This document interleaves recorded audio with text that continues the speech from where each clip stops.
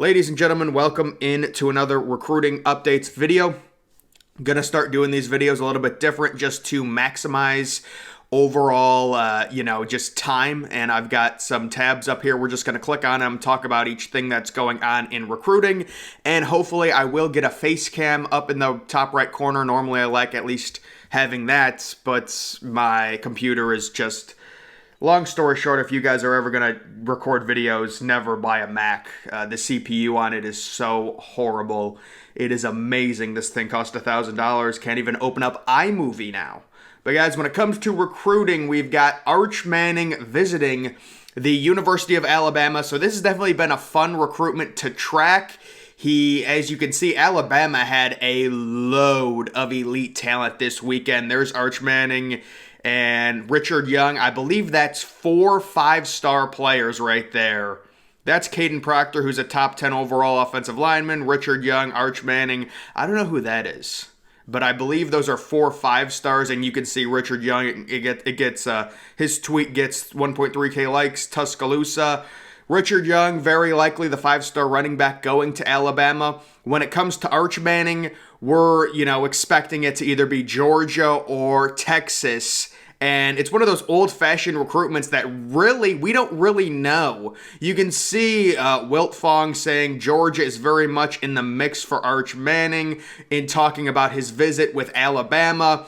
So Alabama, him visiting Alabama is nice and all, but Alabama already took a top 100 quarterback commit, Eli Holstein.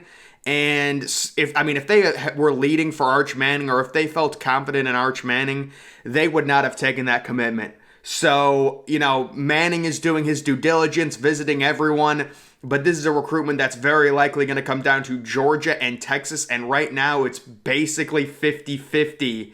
And he did visit Georgia. He already had his official visit there. He's visiting Texas next week. So I would say Texas leads slightly, considering they still have their official visit left. And I've said for a while, read the tea leaves. Texas is desperate. They're moving to the SEC. They need elite talent now. The schedule is only going to get harder. You need to get guys like Arch Manning any way possible. I don't care if you've got to put together a $15 million NIL offer. Whatever you got to do to get Arch Manning, that's what you need to do. He makes his visit to Alabama, just kind of a fun thing, and that is a crazy... Alabama is going to have another top 2 class, I'd say. It's just... Alabama is the one team that it's top 50 recruit on top 50 recruit, top 50... every one of their guys is a top 50 recruit. It's ridiculous. But that's the situation. We do not expect him to go to Alabama. He is either very likely going to Georgia or Texas, with his Texas visit still upcoming. Looking at some recent crystal balls... Guys trending where, so Michigan got a few crystal balls. They had a big visitor weekend. Frederick Moore, who's a 3-star wide receiver, I believe from Missouri, the state of Missouri. Look at this name, Collins Archmanpong. That's an amazing name. This is a 4-star athlete from California, and that's a 3-star offensive tackle. So Michigan, they're getting some crystal balls. Maybe they're not the highest ranked guys, but this is, typical Michigan recruiting. Low 4 stars, high 3 stars. They were able to beat Ohio State with that. I don't know if that's, if they can replicate it, but those guys look like they're going to Michigan. That's a great sign for Notre Dame. Christian Gray is a major recruit. He's going to be a top 100 recruit in the composite when he gets his rating bumped up. Probably going to Notre Dame when he announces right around July 4th.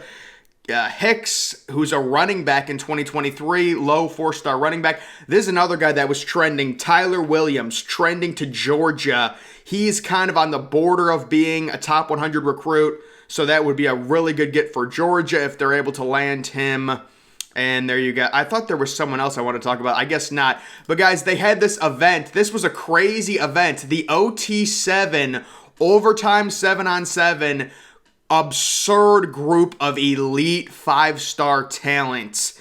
And it was this, some sort of weekend challenge. And you guys can see this is On3, who does do recruiting rankings, and they do factor into the composite. So a lot of these guys that, they like are probably going to move up the ranks.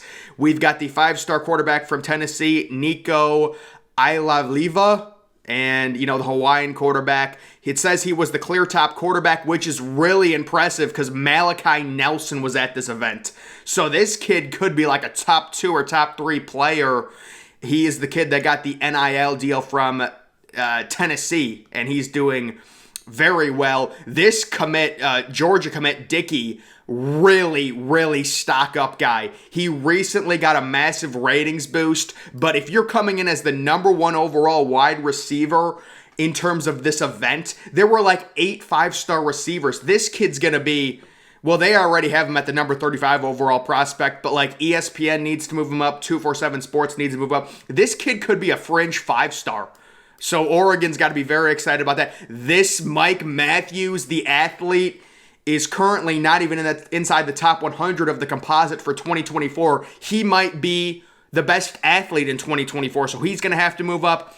Dante Moore, good for him. It says he was the clear number 2 quarterback after Nico, so you like seeing that if you're, a school that's recruiting him. Muhammad, the cornerback, coming in at number 5. He could be a 5-star potential type guy. I know he's a fringe. Hurley's already a 5-star. He's going to Alabama. Jordan Ross. I'm not familiar with Jordan Ross, 2024 wide receiver, but we will see.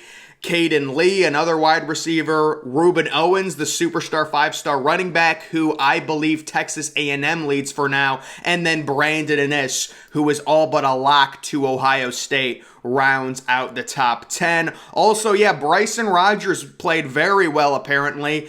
He had the most touchdowns out of anyone, or maybe Noah Rogers did, I don't know. But both Bryson Rogers and Noah Rogers are very likely going to Ohio State. Bryson is already committed. Noah is very likely committing this month. Jaylen Brown is a top 30 prospect. They have him as a top 30 receiver. He's like a top 30 prospect. I would say maybe Miami, but his recruitment is wide open. Carnell Tate apparently had a nice weekend, but they're pretty much listing everyone. I did hear about Ethan Davis. He's a solid tight end. And then a few guys, a number of top receivers did not make for it. Yeah, so they were talking about this. Cormali McClain, who is a superstar, the number 3 overall prospect, was at this event, but he doesn't get mentioned until the second to last paragraph. I'm not saying he's going to move down the recruiting rankings, but that is not a good sign. And then Desmond Ricks right now is the composite number 1 overall player in 2024. And this little blurb basically says they kind of got beat. I mean, they each had their wins and losses. They're kind of sugarcoating it. I'm not saying these kids are bad. You're facing tough receivers, but this is a nice way of saying these guys did not have good showings.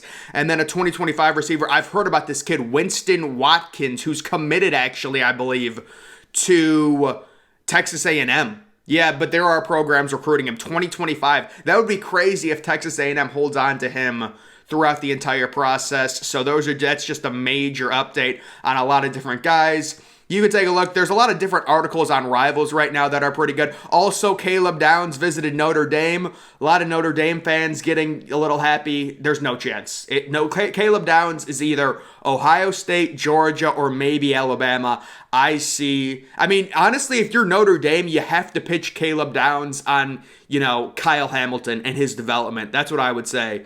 You could draw some parallels to Kyle Hamilton coming from the South, being a top recruit, going to Notre Dame. But Caleb Downs, he visited there. He had a good time. That's great. I'm sure they rolled out the red carpet. Marcus Freeman is a great recruiter, but it's not happening. Sometimes you just got to admit it, it's not happening. So let's take a look at this rumor mill, though. Yeah, this is just free. So I'm going to look for guys that, so Cedric Baxter, here's a guy. Wow. Rivals has Cedric Baxter 118th overall. That seems rather low. I think he's like a top 60 prospect. So this is a very interesting update. It says Alabama is his new leader, but Alabama is also the presumed leader for Richard Young, who's the number 1 overall running back. So would they really take 2, top 5 running backs in the class? Cedric Baxter is thought by some people as the best running back. I don't know how he's ranked 118th. And he's trending down, it says. I don't know. In the composite, he's ranked like 50th. KJ Bolden is a massive recruit. I think he's like the 4th overall recruit in the composite. And you've got Georgia, Ohio State. There's just a number of teams. He's a 2024 kid. His recruitment is really young. This is a good recruit, Fagan. NC State is in on him. Brock Glenn. Looks like a nice receiver. Any of these, Hurley, I'm sure he's locked into Alabama. There's really not a lot. Collins, wow, they have Colin Simmons as their number 1 overall player. I did not realize that for 2024. And he's from Duncanville, Texas. Normally Texas gets those kids from that school, but I mean, Rivals actually has a few different articles to look at. I want to see what they think. Let me see. Fact or fiction, Iris are so yeah, Notre Dame is fading with Dante Moore. They're not going to get Dante Moore. Micah Hudson is the number 1 wide receiver. No. Jeremiah Smith, JoJo Trader. They're the number 1 receivers. Ryan Wingo. They have Ryan Wingo as the number 3 overall player for 2024. They're saying it's fiction and then fact. Yeah, normally that's how they do these. Alabama. Man, if Alabama gets this... Oh, Clemson. Never mind. I'm drunk or something, so those are some things. I think that might be it. I don't know. Georgia won't land a top 5 class. Let's take a look at the recent commits, shall we? Take a look at some teams. I saw Northwestern got another commit. Northwestern's doing a really good job on the trail, but there were a lot of commits over the weekend. Snowden was a big-time get for Cincinnati. They're another team that's done so well on the trail early on here in 2023. He's a solid 4-star from Michigan. The number 7 overall player from Michigan going to Cincinnati. That is impressive. Looks like Minnesota gets a 3-star. Georgia Tech gets a pair of commits. Penn State gets a 3-star receiver, Haynes, from in-state. Not familiar with him.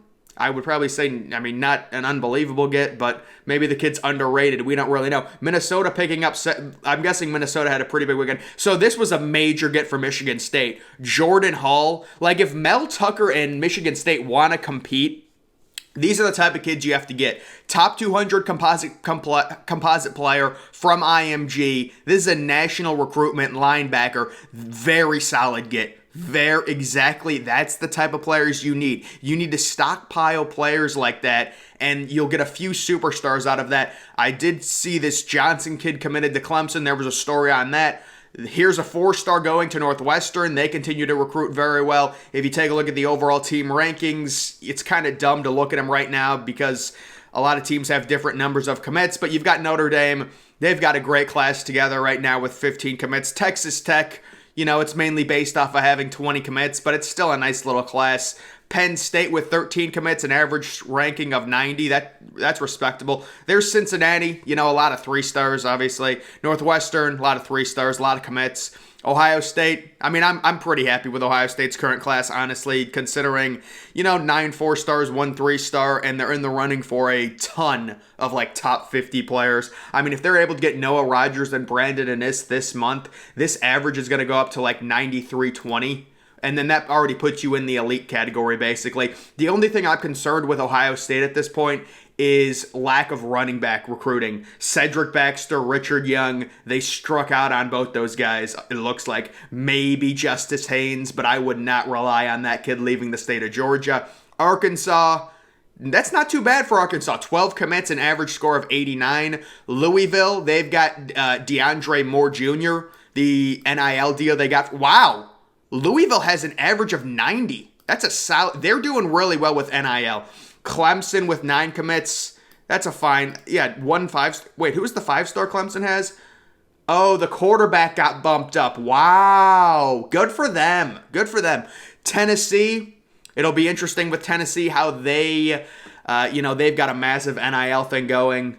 Georgia. Really solid start, 93 average. We'll see with Arch Manning. USC, phenomenal. But USC really doesn't have a ton of top targets. USC strikes me as the team to go into National Signing Day with like 14 commits and then get like 7 commits on National Signing Day. It seems like Cali kids always take their recruitments to National Signing Days. Maybe I'm just misreading it, but that's just what it feels like. Michigan State is off to a great start. 9 commits and 6 of them are 4-stars. That's really good recruiting for Michigan State. Oregon is off to a great start. And that receiver, Dickey, that receiver, he needs to move up. Yeah, he's way underrated with that 95 ranking. So he's a fringe 5-star. This average is only going to go up. And they've got an NIL thing going. They've got a good NIL thing going there. Florida State, they're always going to, wow, they have 2 unranked guys because they have 8 commits and 3-3. So that's unfortunate for them. Nebraska, all 3 stars. You hate to see it. Texas, 5 stars. That's a solid start to your class. They, the cream of the crop. For Texas, it's make or break with Arch Manning. You got to land Arch Manning. If you land Arch Manning, everything's going to fall into place. I heard a rumor that Arch Manning might be taking his recruitment till National Signing Day. I don't know how true that is, though. We've got LSU. That's a solid start. Michigan, not great. Texas A&M, lying in the weeds. Alabama, great average, but only 4 commits. Either way, and then there's Oklahoma. Oklahoma's an interesting one. They actually have a 5-star quarterback. So Jackson Arnold, this kid's from Texas. Kind of interesting. Lincoln Riley leaves, and Brett Venables is no QB god or developer or anything like that. But they still got a 5-star quarterback. I'm guessing he just wanted to stay close to home. There's Florida and Miami lying in the weeds. They're 2 big NIL teams.